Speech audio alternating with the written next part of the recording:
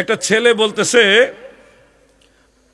পীর বা মাজারে যদি কিছু পাওয়া যেত তাহলে সেই মাজারের সামনে ভিক্ষুকেরা ফকিরেরা বসে থাকতো না, এত ফকির থাকতো না।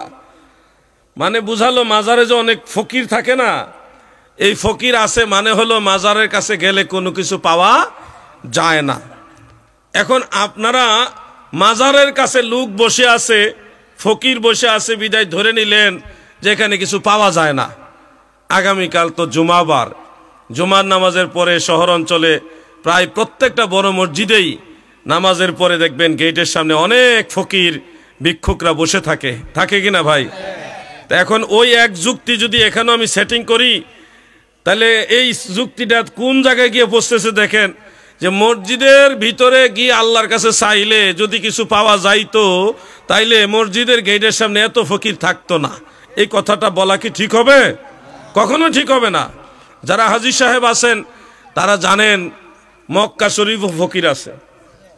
কাবাঘর থেকে নামাজ পড়ে বাইরেবেন, ডাইনে বামে দেখবেন অনেক মহিলারা, তারা বলতেছে মিসকিন ইয়া হাজ্জি, মিসকিন মিসকিন মিসকিন, মানে তো বলতেছে আমি গরিব, আমারে সাহায্য করেন।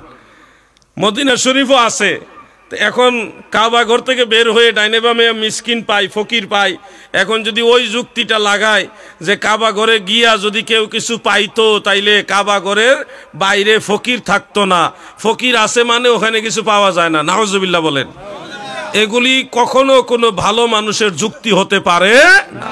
নিঃসন্দেহে কাবাঘরে গেলে আল্লাহর কাছে চাইলে পাওয়া যায়। কি বলেন, পাওয়া যায় কিনা? ওটা দোয়া কবুলের জায়গা।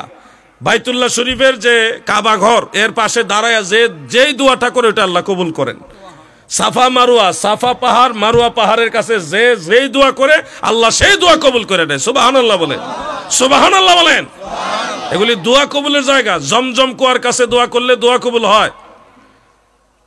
এগুলি স্পেশাল জায়গা। আরাফার ময়দানে দোয়া করলে দোয়া কবুল হয়। মিনা মুজদালিফায় দোয়া করলে দোয়া কবুল হয়। এগুলি স্পেশাল জায়গা, আল্লাহর মনোনীত জায়গা। মদিনা মুনাওয়ারায় রওজা মুবারকের কাছে যারা দাঁড়ায় দোয়া করবে, মসজিদে নববী শরীফে যারা দোয়া করবে তাদের দোয়া কবুল হয়। এগুলি দোয়া কবুলের স্পেশাল জায়গা। এখন আসেন মাজারে গিয়া আমরা যারা চাই, আমরা কি মাজারওয়ালার কাছে চাই না মাজারওয়ালার উসিলা দিয়ে আল্লাহর কাছে চাই? আমরা তো আল্লাহর কাছে চাই। উসিলা হলো মাজারওয়ালা। মাজারওয়ালা মানে আল্লাহর ওলি, উসিলা চাই আল্লাহর কাছে।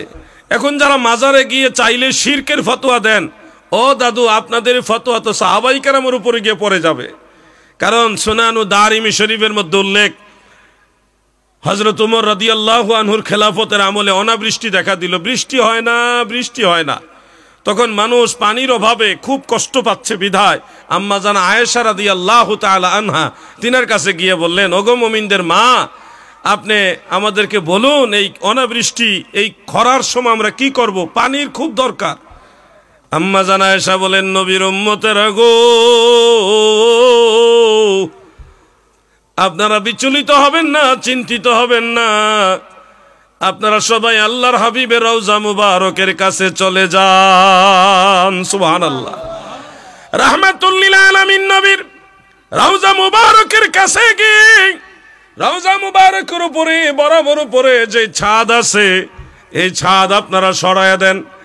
যদি আসমান রাজ্য আর রওজা মুবারকের মাঝে কোনো ছাদ না থাকে গো, তাহলে সাথে সাথে আল্লাহ আপনাদেরকে মেহেরবানি করবেন নবীর উসিলায়। নবী আমার জান, নবী আমার প্রাণ, নবী আমার নবী, নবীর কাছে আছে আমার মাওলার সন্ধান, নবীর কাছে আছে আমার মাওলার সন্ধান, নবী আমার জান, মাশাআল্লাহ, নবী আমার জান।